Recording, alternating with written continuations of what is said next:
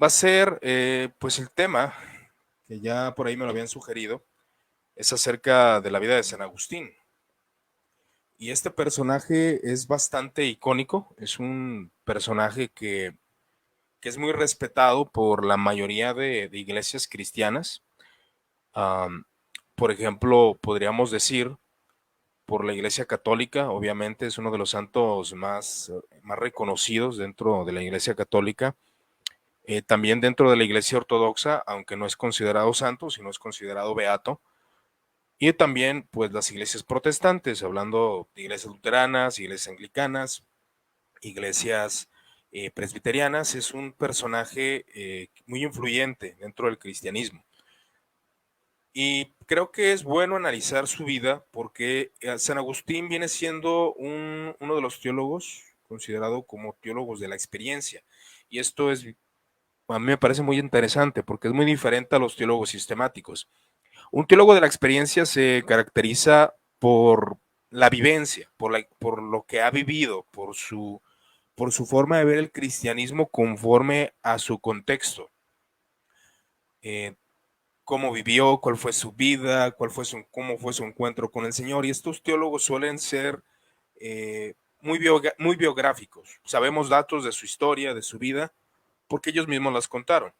Así que San Agustín buscaba, por medio de sus confesiones, no buscar propia honra, o sea, como los hijos de Adán que buscan honra y poder y placer egoísta por medio de este escrito, sino que al contrario, el motivo de este escrito es de manera humilde para que los cristianos conocieran que la vida de este hombre, de este santo reconocido, porque lo fue aún en sus tiempos, que es raro encontrar a ciertos santos reconocidos en vida de manera pues tan amplia como San Agustín y como otros. Agustín no buscaba glorificarse a sí mismo, sino todo lo contrario, él buscaba glorificar a Dios. Escribe porque no quiere engañar a nadie. San Agustín no quiere engañar a nadie, al contrario, quiere escribir sus confesiones y son bastante íntimas. En las confesiones nosotros podemos ver toda esa profundidad de su vida, cómo él eh, se consideró a sí mismo como niño, cuáles fueron sus deslices morales y todo lo que conlleva la vida humana. Y curiosamente, Santa Teresa y otros santos dentro del cristianismo, aún estoy seguro que usted que escuche este audio después, ya sea en el canal de YouTube o Spotify, puede identificarse con San Agustín. La mayoría de personas con las que he conversado acerca de este santo nos hemos identificado con él, porque es nuestra vivencia, es la vivencia común del ser humano desde que eres un niño hasta un adolescente, hasta un adulto. ¿Qué es lo que buscas? Y aún como cristianos que hemos tenido una conversión, tenemos ciertas características semejantes a lo que San Agustín declara. Agustín es muy conocido por ser el desarrollador o por el que propone la doctrina del pecado original y de hecho en las confesiones se puede ver rotundamente cuál es su mirada, ¿no? Y él tiene una teología que es muy interesante. A mí me llamó mucho la atención en medio de una cultura cristiana, en medio de un cristianismo que suele ser bastante cerrado en cuanto a los sentimientos y las emociones humanas.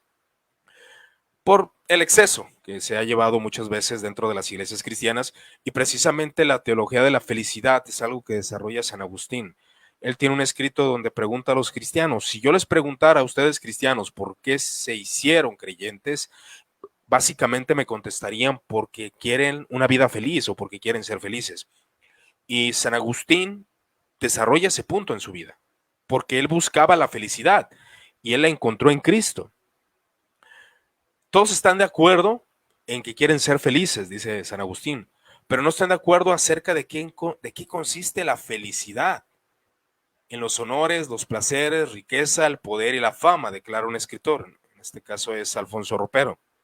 Agustín enseña que no solo Dios es el objeto apropiado e inmutable de la felicidad humana. Fuera de Dios, como el hijo pródigo, uno está en tierra extraña, una providencia apartada y separado de esa, o al menos se considera que la providencia no la tomas en cuenta como ser humano. Estás en tierra extraña y piensas que Dios no tiene gobierno. Y piensas que estás en una, que no, la providencia de Dios no te alcanza. Y también te sientes en una provincia apartada, que al vivir a espaldas, vive a espaldas de sí mismo, por entretenerse con fantasmas en lugar de ocuparse en la imagen divina, que es el enfoque principal de todo cristiano, enfocarse en esa imagen divina que es, cuyo recuerdo Dios vive en la memoria de cada ser humano, y San Agustín lo tenía bien en mente. Ahora, San Agustín es un creyente que nace en Tagaste de África, precisamente, del año 354 al 430. Entonces, siguiendo la humildad impuesta por el cristianismo a la vanidad humana, Agustín no busca glorificarse por medio de sus confesiones, sino al contrario, lo que escribe es porque no quiere engañar a nadie. Y esto puede traernos a una profunda reflexión de la vivencia cristiana, de cómo solemos exaltar sobremanera a los seres humanos, a los cristianos que podemos considerar con grandes virtudes o grandes poderes, por así decirlo, grande elocuencia, grande sabiduría teológica. Y San Agustín no quería engañar a nadie, él quería mostrar lo pecador que fue y aún lo pecador que era.